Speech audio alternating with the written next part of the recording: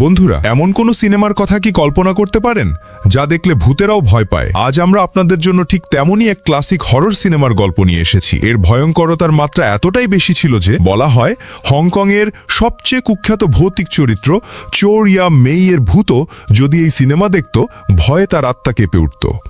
এই সিনেমাটি এতটাই ভয়ঙ্কর যে একা দেখার সাহস না করাই ভালো। তাই এখনই আপনার সেই বন্ধুটিকে মেনশন করুন যাকে সাথে নিয়ে ভূতের সিনেমা দেখতে আপনার সবচেয়ে বেশি মজা লাগে। চলুন আর দেরি না করে ডুব দেওয়া যাক ভয় আর রহস্যের এই জগতে। আমাদের গল্পের কেন্দ্রবিন্দুতে রয়েছেন 50-এর কোঠার বিয়াও আঙ্কেল, যার জীবনটা বেশ গোছানো। সুন্দরী স্ত্রী আর দুটো মিষ্টি মেয়ে নিয়ে তার সুখের সংসার। পরিবারের মুখে হাসি ফোটাতে এক কনস্ট্রাকশন কোম্পানিতে গত 20 বছর ধরে খেটেছেন তিনি। হঠাৎই একদিন তার ভাগ্য খুলে যায় যখন তার বানানো এক ডিজাইনের নকশা বড় ক্লায়েন্টের পছন্দ হওয়ায় কোম্পানির ম্যানেজার তাকে প্রমোশন সহ উপহার দেন এক বিশাল ভিলা, যেখানে তারা বিনামূল্যে থাকতে পারবে। সারা জীবনের কষ্টের পর এমন উপহারে বিয়াও আঙ্কেল ও তার পরিবার খুশিতে আত্মহারা হয়ে যায়। কিন্তু তারা জানতো না এই উপহার আসলে এক ভয়ঙ্কর অভিশাপের শুরু। কারণ ম্যানেজার তাদের থেকে লুকিয়ে গিয়েছিলেন যে ওই ভিলাটি এক অভিশপ্ত ভৌতিক বাড়ি। নতুন বাড়িতে আসার প্রথম দিন থেকেই শুরু হয় অদ্ভুত সব ঘটনা। বিয়াওয়ের স্ত্রী আফং যখন জিনিসপত্র গোছাচ্ছিলেন তখন তার পেছনের টেবিলের একটি ফুলের টব কোনো কারণ ছাড়াই নিজে থেকে সরে যায়। এর চেয়েও ভয়ঙ্কর ঘটনা ঘটে তাদের বড় মেয়ে আজহেনের সাথে। সে গাড়ির ট্রাঙ্ক থেকে জিনিস নামানোর সময় ছাদে একজন সাদা পোশাক পরা মহিলাকে স্থির দাঁড়িয়ে থাকতে দেখে, কিন্তু পর মুহূর্তেই সেই মহিলা হাওয়ায় মিলিয়ে যায়। চোখের ভুল ভেবে সে ব্যাপারটা উড়িয়ে দিলেও তার মনে একটা খটকা লেগেই থাকে। বিকেলে তারা যখন ছাদে থাকা এক পুরনো মাকড়সার জালে ঢাকা স্টোর রুমে অপ্রয়োজনীয় জিনিস রাখতে যায়, তখন বিয়াও আঙ্কেলের পায়ে একটু পুরনো ফটো ফ্রেম লাগে। ধুলো ঝেড়ে তিনি দেখেন ফ্রেমের ভেতর তাদের নিজেদের পরিবারের মতোই এক পরিবারের ছবি। এই অদ্ভুত মিল তাকে অস্বস্তিতে ফেললেও মেয়ের বয়ফ্রেন্ড দাতো কেক খাওয়ার জন্য ডাকলে তিনি ফ্রেমটি একটি চেয়ারে ছুঁড়ে ফেলে বেরিয়ে আসেন। কিন্তু যেই না তারা দরজা বন্ধ করে, এক অদৃশ্য শক্তি সেই ফটো ফ্রেমটিকে সজোরে মাটিতে আছড়ে ফেলে। রাতে যখন সবাই মিলে কেক কেটে নতুন বাড়িতে আসার আনন্দ উদযাপন করছিল, হঠাৎই ফিউজ উড়ে গিয়ে সব আলো নিভে যায়। বিয়াও আঙ্কেল ঠিক করেন উল্টো দিকের মন্দির থেকে কিছু মোমবাতি ধার করে আনবেন, কারণ তাকে রাতেই ডিজাইনের কাজ শেষ করতে হবে। কিন্তু তার মেয়ে আজহেন তাকে যেতে বারণ করে, কারণ সকালেই মন্দিরের এক অদ্ভুত লোক তাকে বলেছে এই বাড়িটি অপবিত্র এবং তাদের দ্রুত চলে যাওয়া উচিত। কাজের চাপে থাকা বিয়াও আঙ্কেল মেয়ের কথাকে পাগলের প্রলাপ ভেবে উড়িয়ে দিয়ে একাই মন্দিরের দিকে রওনা হন। মন্দিরে পৌঁছে তিনি আলো জ্বলতে দেখলেও কোনো মানুষ খুঁজে পান না। তিনি একটি তেলের লণ্ঠন নিয়ে বেরোনোর সময় খেয়ালই করেন না যে মন্দিরের এক অন্ধকার কোণ থেকে এক জোড়া কালো চোখ তাকে লক্ষ্য করছে। বাড়ি ফিরে ক্লান্ত বিয়াও আঙ্কেল কাজ করতে চাইলেও স্ত্রীর অনুরোধে ঘুমিয়ে পড়েন। কিন্তু ঠিক রাত 12টায় এক অদ্ভুত কান্নার সুর মেশানো গানে তার ঘুম ভেঙে যায়। শব্দটি অনুসরণ করে তিনি ছাদে পৌঁছালে তার পেছনে একটি মহিলার ছায়ামূর্তি দেখে ভয়ে গলা শুকিয়ে যায়। কিন্তু পর মুহূর্তেই দেখেন ওটা তার মেয়ে আজহেন, যে ওই শব্দ শুনেই ভয় পেয়ে ছাদে এসেছে। পরের দিন অফিসে বিয়াওয়ের এক সহকর্মী ওই ভিলায় থাকার কথা শুনে ভয়ে ফ্যাকাশে হয়ে গেলেও ম্যানেজারের ভয়ে কিছু বলতে পারে না। অন্যদিকে সুপারমার্কেটে বিয়াওয়ের স্ত্রী আফংকে সেই একচোখা বৃদ্ধ লোকটি খুঁজে বের করে চিৎকার করে বাড়ি ছেড়ে দেওয়ার জন্য বলতে থাকে। সিকিউরিটি গার্ডরা তাকে পাগল ভেবে বের করে দিলেও লোকটি আবার রাস্তার মাঝে এসে তার গাড়ি থামিয়ে একই কথা বলে। আফং তাকে পাগল ভেবেই বাড়ি চলে আসে, কিন্তু সে জানতো না বাড়িতে তখন কি ভয়ঙ্কর ঘটনা ঘটে গেছে। বাড়িতে তাদের ছোট মেয়েটি দোতলার পুরনো পচা কাঠের রেলিংয়ের পাশে খেলার সময় রেলিংয়ের একটি অংশ ভেঙে নিচে পড়ে যেতে গিয়ে অল্পের জন্য বেঁচে যায়। ভাগা জায়গাটা দেখতে গিয়ে আজহেনের চোখ পড়ে দেয়ালের ছেঁড়া ওয়ালপেপারের উপর। কৌতূহলী হয়ে ওয়ালপেপারটা সরাতেই সে যা দেখে তা তার রক্ত জল করে দেওয়ার জন্য যথেষ্ট ছিল। ওয়ালপেপারের নিচে দেয়ালে দেওয়া ছিল একটা বিশাল মাথাওয়ালা পুতুলের ভয়ঙ্কর ছবি, যার দাঁতের মাঝে আটকানো এক ধারালো ছুরি বেয়ে টপকপ করে রক্ত ছড়ছে। ভয়ে কেঁপে কেঁপে সেটার বয়ফ্রেন্ড দাতোকে ফোন করে। দাতো এসে ভাঙা রেলিংটা ঠিক করে দিল, দেয়ালের ওই ভয়ঙ্কর ছবিটাকে সাধারণ আঁকিবুকি ভেবে উড়িয়ে দেয়। কিন্তু আসল ভয়াবহতা তো সবে শুরু হতে যাচ্ছে। সেই রাতেই দাতো একা থাকার সময় এমন এক অভিজ্ঞতার শিকার হবে যা সে জীবনেও ভুলবে না। এদিকে আজহেন তার বাবার তোলা কিছু পুরনো ছবি দেখছিল। হঠাৎ ছবিগুলোর মধ্যে একটি ছবিতে তার চোখ আটকে যায়। সে দেখতে পায় একটি হুইল চেয়ারে বাসা আবছা সাদা এক ছায়ামূর্তি। ছবিটা দেখে তার বুকের ভিতরটা ভয় হিম হয়ে যায়। সে আর এক মুহূর্ত দেরি না করে ছুটে যায় তার বয়ফ্রেন্ড দাতোর কাছে। কিন্তু দাতো, যে কিনা আগেই আজহেনের বাড়িতে ভূত দেখেছিল, সে ভয়ে আজহেনকে এড়িয়ে চলছিল। আজহেন তাকে ছবিগুলো দেখালে দাতো বলে যে ছবিটা ভালো করে দেখার জন্য নেগেটিভ পরীক্ষা করতে হবে। তারা দাতো এর বাড়িতে গিয়ে ম্যাগনিফাইং গ্লাস দিয়ে ছবির নেগেটিভটা পরীক্ষা করে এবং যা দেখে তাতে তাদের রক্তহীন হয়ে যায়। ছবিতে থাকা ওই সাদা ছায়াটা আর কেউ না, ওটা ওই অশুভ আত্মা যাকে দাতো দেখেছিল। এবার তারা নিশ্চিত হয়ে যায় যে ওই ভিলাতে সত্যি ভয়ানক কিছু আছে। একরাশ ভয় আর অস্বস্তি নিয়ে আজেন বাড়ি ফেরে, কিন্তু বাড়িতে পা রাখতেই তার সাথে ঘটতে থাকে আরো ভয়ঙ্কর ঘটনা। দোতলায় উঠতেই আর পেছনের দেওয়ালের ওয়ালপেপারটা নিজে থেকেই খসে পড়ে। সে শোবার ঘরে ঢুকার আগেই বারান্দায় তার ছোট বোনের 3 চাকার সাইকেলটা নিজে থেকেই চলতে দেখে, কিন্তু তার বোন শিং শিং কোথাও ছিল না।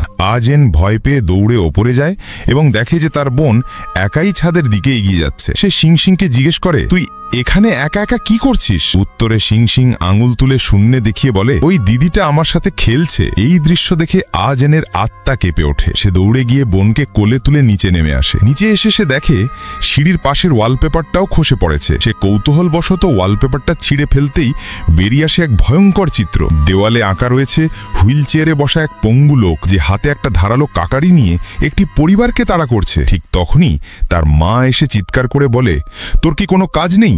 বারবার ওয়ালপেপার ছিঁড়ে ফেলছিস। আজেন কাপা কাপা গলায় বলে যে সে এটা করেনি, ওটা নিজে থেকেই খসে পড়েছে এবং এই বাড়িতে ভূত আছে। এই নিয়ে মা মেয়ের মধ্যে তুমুল ঝগড়া শুরু হয়ে যায়। তাদের চিৎকারে বিয়াওশু ছুটে আসে। আজেন তাকেও বোঝানোর চেষ্টা করে, কিন্তু তার মা কিছুতেই বিশ্বাস করতে চায় না। এক পর্যায়ে তাদের ঝগড়া এতটাই বেড়ে যায় যে তার মা বাড়ি ছেড়ে চলে যাওয়ার হুমকি দেয়। বিয়াওশু বুঝতে পারছিল না কি করবে। সে বুঝতে পারে এই বাড়িটাই তাদের সুন্দর পরিবারে অশান্তি তৈরি করছে। এই ঘটনার পর থেকে বিয়াওশুয়ের জীবনটা যেন দুঃস্বপ্নে পরিণত হয়। প্রতি রাতে কোনো অশুভ শক্তি তাকে ঘুমের মধ্যে দিয়ে বেসমেন্টে নিয়ে যেত আর কাঠ কাটাতো। দিনের বেলায় অফিসেও সে কাজে মন দিতে পারছিল না, যার ফলে তার ডিমোশন হয়ে যায়। তার এই অবস্থা দেখে অফিসের এক পুরনো সহকর্মী আর চুপ থাকতে পারলেন না। তিনি বিয়াওশুকে ওই অভিশপ্ত ভিলাটার আসল রহস্য খুলে বলেন। তিনি জানান 10 বছর আগে ওই বাড়িতে এক অপেরা গায়ক তার পরিবার নিয়ে থাকত। দুর্ঘটনায় তার দুটো পাই নষ্ট হয়ে যাওয়ার ফলে সে মানসিকভাবে অসুস্থ হয়ে পড়ে। সে প্রায়ই তার স্ত্রী আর 2 মেয়ের উপর পাশবিক অত্যাচার করত।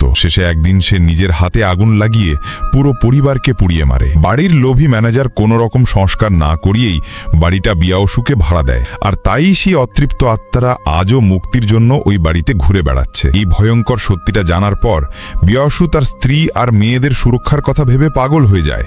সে গাড়ি নিয়ে ঝড়ের বেগে বাড়ির দিকে রওনা দেয়, কিন্তু মাঝ রাস্তায় এক নির্জন পাহাড়ি পথে সে এক মহিলাকে দাঁড়িয়ে থাকতে দেখে। ভয়ে তার শরীর ঠান্ডা হয়ে যায়, কারণ ওই রাস্তায় সাধারণত কেউ চলাচল করে না। সে ভয় কমানোর জন্য যেই না একটা সিগারেট ধরাচ্ছে, ঠিক তখনই সেই ছায়ামূর্তিটা তার গাড়ির সামনে চলে আসে। ভয়ে বিয়াওশু স্টিয়ারিং ঘুরিয়ে দেয় আর তার গাড়ি সোজা পাহাড় থেকে নিচে একটা কবরস্থানে গিয়ে পড়ে। যখন তার জ্ঞান ফেরে সে দেখে চারপাশে শুধু কবর আর কবর। তার গাড়িটা একটা কবরের ওপর আটকে আছে। ভালো করে তাকাতেই সে চমকে ওঠে। এটা তো সেই অভিশপ্ত পরিবারেরই কবর, যারা ওই ভিলাতে আগুনে পুড়ে মারা গিয়েছিল। সে গাড়ি থেকে নেমে দৌড়ে পালানোর চেষ্টা করলেও পা ফসকে একটা খোলা কফিনের মধ্যে পড়ে যায়। সে যখন কফিন থেকে ওঠার চেষ্টা করছিল, হঠাৎ একটা পচা গোলা হাত তাকে টেনে ধরে। ঠিক সেই মুহূর্তে টহলরত ট্রাফিক পুলিশ সেখানে এসে পড়ায়।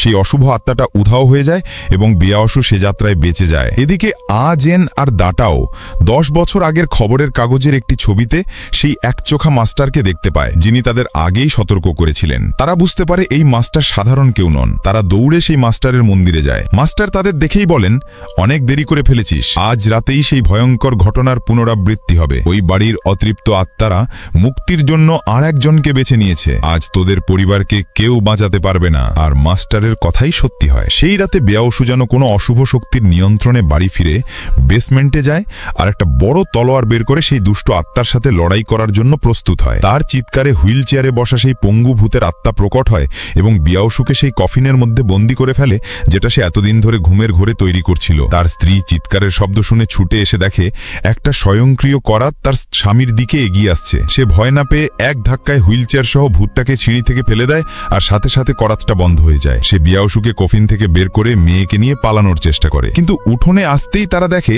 আজেন দৌড়ে আবার ওই ভিলার ভিতরে ঢুকে গেল। বিয়াওশু তার স্ত্রীকে বলে, তুমি মেয়েকে নিয়ে অপেক্ষা করো, আমি আজেনকে নিয়ে আসছি। সে ভিতরে ঢুকতেই দেখে আজেন চিলেকোঠায় গলায় দড়ি দিয়ে ঝুলছে আর ঘড়ির কাঁটা 12টার দিকে এগিয়ে যাচ্ছে। ঠিক তখনই দাটাও সেই মাস্টারের চিতাভস্য নিয়ে সেখানে পৌঁছয়। বিয়াওশুর স্ত্রীও একটা ক্রুশ নিয়ে ভিতরে ঢোকে এবং আজেনকে বাঁচায়, কিন্তু তারা পালাতে গিয়ে দেখে দরজায় বিয়াওশুর ছোট মেয়েকে কোলে নিয়ে দাঁড়িয়ে আছে, কিন্তু তার চোখ দুটো লাল। তাকেও ভূতে ধরেছে। আর ঠিক তখনই ঘড়ির কাঁটায় 12টা বেজে যায়। বাড়ির সমস্ত দরজা জানালা নিজে থেকে বন্ধ হয়ে যায়। ভূতে ধরা বিয়াউসু সারা ঘরে পেট্রোল ঢেলে আগুন লাগিয়ে দেয়। যখন সবাই ভাবছিল তাদের সব শেষ, ঠিক সেই মুহূর্তে একচোখা মাস্টার জানালা ভেঙে ভিতরে ঢোকেন। তিনি মন্ত্র লেখা একটা কাপড় ছড়ে আগুন নিভিয়ে দেন। এরপর তিনি 10 বছর ধরে রাখা তার লম্বা চুল কেটে ভূতে ধরা বিয়াউসুর গলায় পেঁচিয়ে দেন। সেই চুলের ঐশ্বর্যিক শক্তিতে দুষ্ট আত্মাটা বিয়াউসুর শরীর থেকে বেরিয়ে তার আসল রূপে প্রকাশিত হয়। সেই আত্মা এতটাই শক্তিশালী ছিল যে সে এক ধাক্কায় মাস্টারকে অনেক দূরে ছিটকে ফেলে দেয়। দাটাও কুড়ুল দিয়ে তাকে আটকানোর চেষ্টা করে, কিন্তু ব্যর্থ হয়। মাস্টারের আনা চিতাভস্যের পাত্রটাও মাটিতে পড়ে ভেঙে যায়। যখন দুষ্ট আত্মাটা তাদের দিকে এগিয়ে আসছিল আর বাঁচার কোনো উপায় ছিল না, তখন ছোট্ট মেয়ে সিং সিং দৌড়ে গিয়ে ঘরের এক কোণে পড়ে থাকা ফ্যানের প্লাগটা সকেটে লাগিয়ে দেয়। ফ্যান চালু হতেই বিয়াউসু মাটিতে পড়ে থাকা সেই চিতাভস্য ফ্যানের হাওয়ায় উড়িয়ে দুষ্ট আত্মার গায়ে ছড়িয়ে দেয়।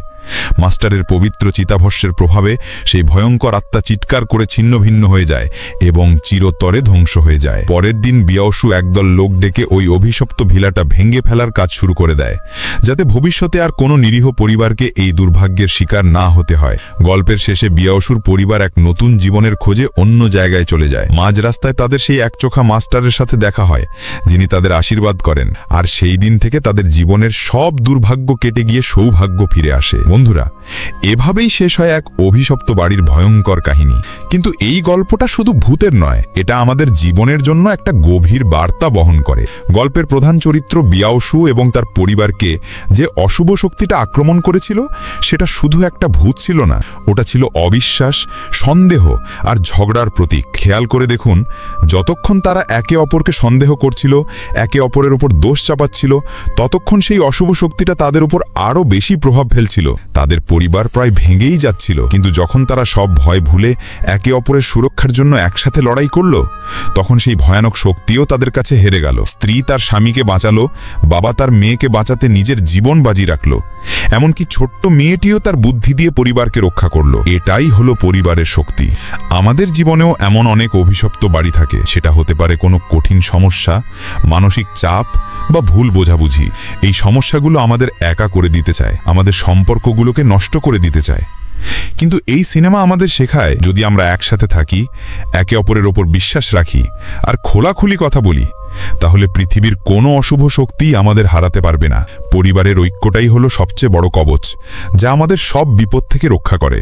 এই শিক্ষামূলক এবং রোমাঞ্চকর গল্পটি যদি আপনার হৃদয় ছুঁয়ে গিয়ে থাকে, তাহলে আমাদের এই প্রচেষ্টা সার্থক করতে ভিডিওটিতে একটি লাইক দিন। পরিবারের শক্তি নিয়ে আপনার কি মতামত তা আমাদের কমেন্ট করে জানান। আর এই রকম অসাধারণ সব সিনেমার গল্প সহজ ভাষায় জানতে আমাদের চ্যানেলটি সাবস্ক্রাইব করে আমাদের পরিবারের একজন সদস্য হয়ে যান। দেখা হবে পরের ভিডিওতে।